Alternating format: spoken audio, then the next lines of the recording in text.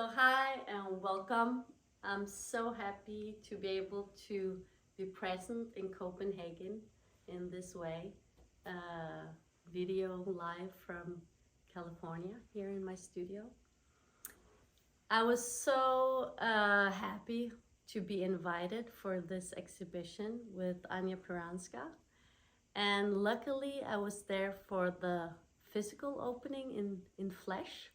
And it was wonderful to see how our works really get together. So thank you, Bettina and Patricia, for the invitation and for the wonderful curating. And Anya, of course, for your magnificent paintings. So a bit shortly about me. My name is Nina Krog Ekman. I'm originally from Norway, half Swedish.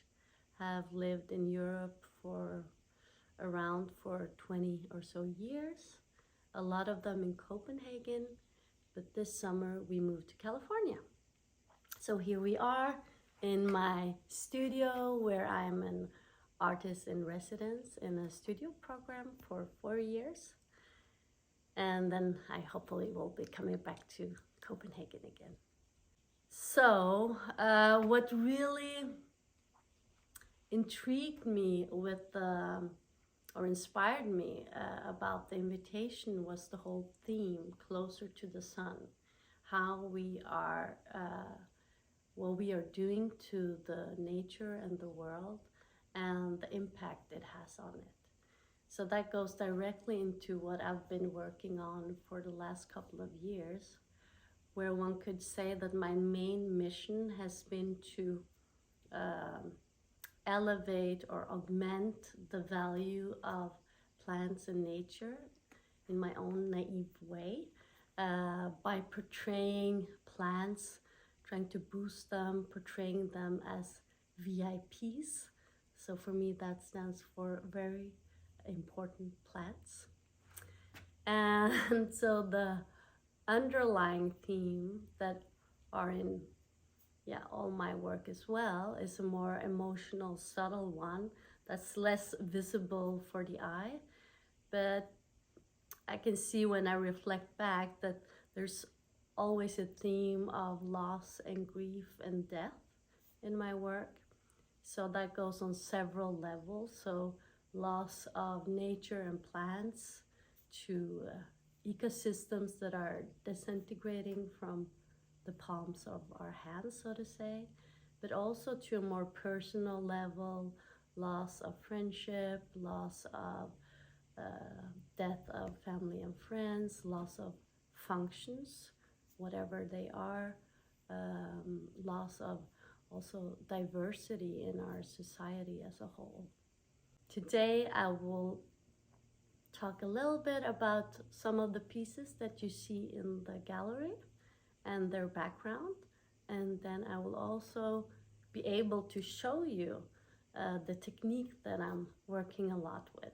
Since we are in my studio today, you have a great opportunity here to see that.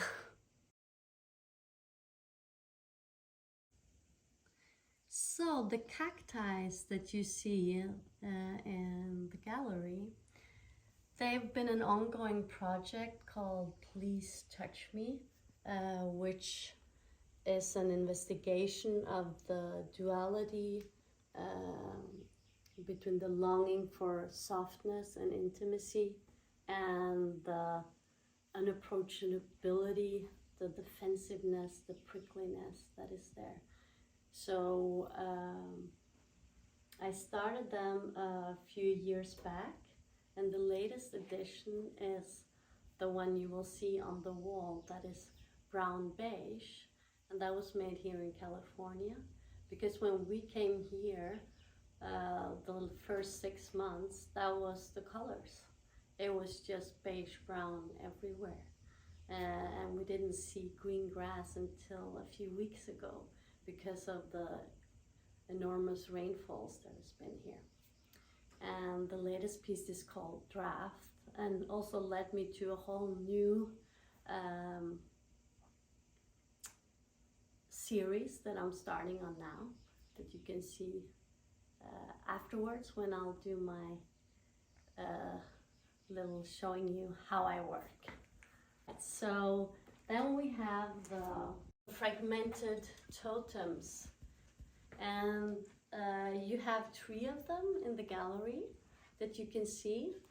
They're all exploring our relationship to plants and nature and how fleeting it is, our anchor points these days. So it's called a fragmented totem because it consists of several pieces that are put together. So all of these, this is one piece, this is one piece. And then Bettina and Patricia had a lot of fun putting them together. So they actually are like big Legos. I'll show you a prototype that you tighten and then screw fast. So I was so happy and lucky to be at the National Workshop of Arts to create these with their machine that just cuts the wood. So the whole idea of the fragmented totem was in one part to find the animals and plants of which I had relationships with, or where I was attached, or there was a story to it. But then I couldn't just make one pole as the Native Americans or other native cultures in the world has done. But in our society, we belong to so many different tribes, and it's ever changing and everything's moving so fast. So it felt like we needed a more scattered, fragmented pole, or maybe we need a more steady pole. But this is the whole investigation that I'm doing with these pieces.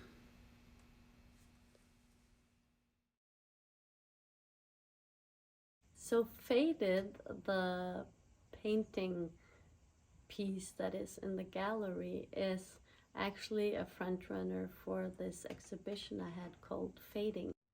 So Fading, and Faded, is a commentary to our ignorant, self-centered relationship to nature and plants, where in our anthropocentric worldview, their raison d'être is to serve us, where we can duplicate them, manipulate, extinguish, and control them for our own satisfaction and well-being, and in that way lose their richness and diversity, where whole ecosystems are disappearing. So Fading became a 16-meter long experiential installation that was shown in Kunstpakhuse this winter.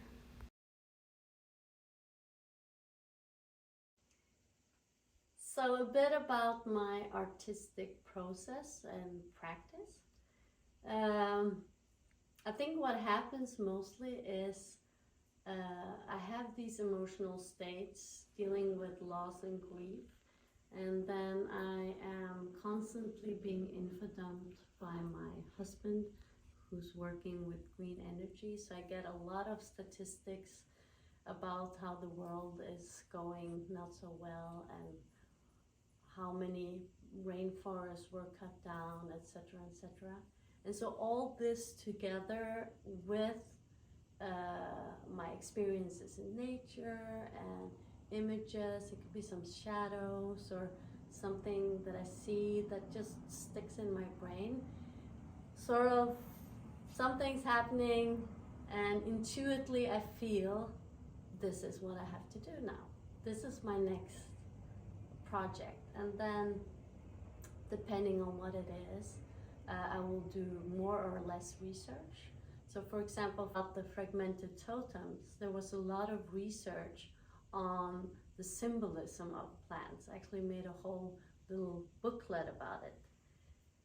And went to a shaman and did a lot of things on that. And then with other pieces like this draft, it just comes from what I have been doing and what I'm in and what is coming up next. So this is a work in progress, almost done. So living here in California, I really got to experience the drought on my own, and the landscapes and the colors, which led me to the piece you see in the gallery called Drought. And then this ongoing piece with working title Where the Rivers Ran Dry. And it deals with the whole loss of lack of water, lubrication, liquids for nature, but also for female dealing with the pain there is in nature, suffering from this lack of water and drought, but also with female vaginal illnesses, dealing with lack of lubrication. So it's the whole dryness, the whole aridness, defensiveness, yet it's still managed to stay strong in some sense.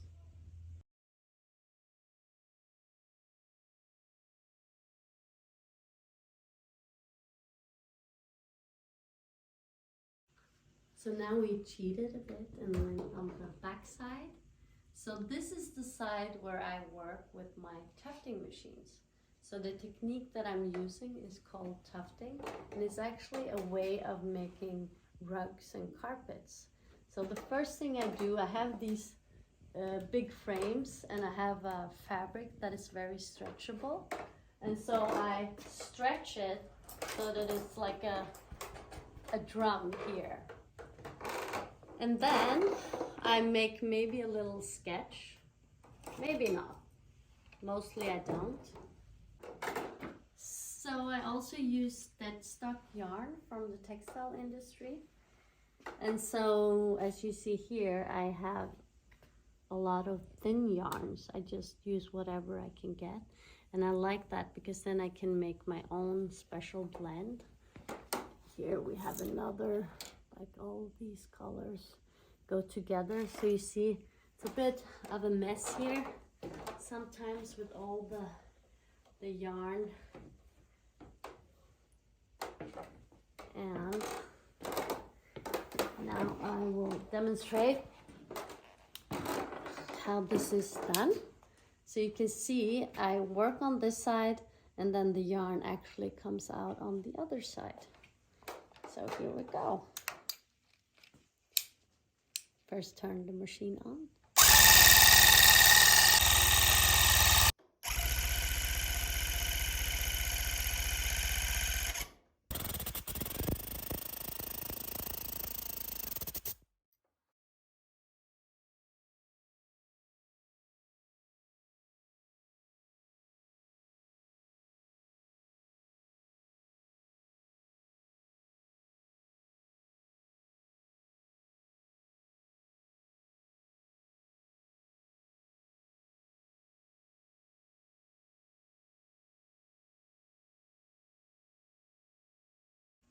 So that was it, folks.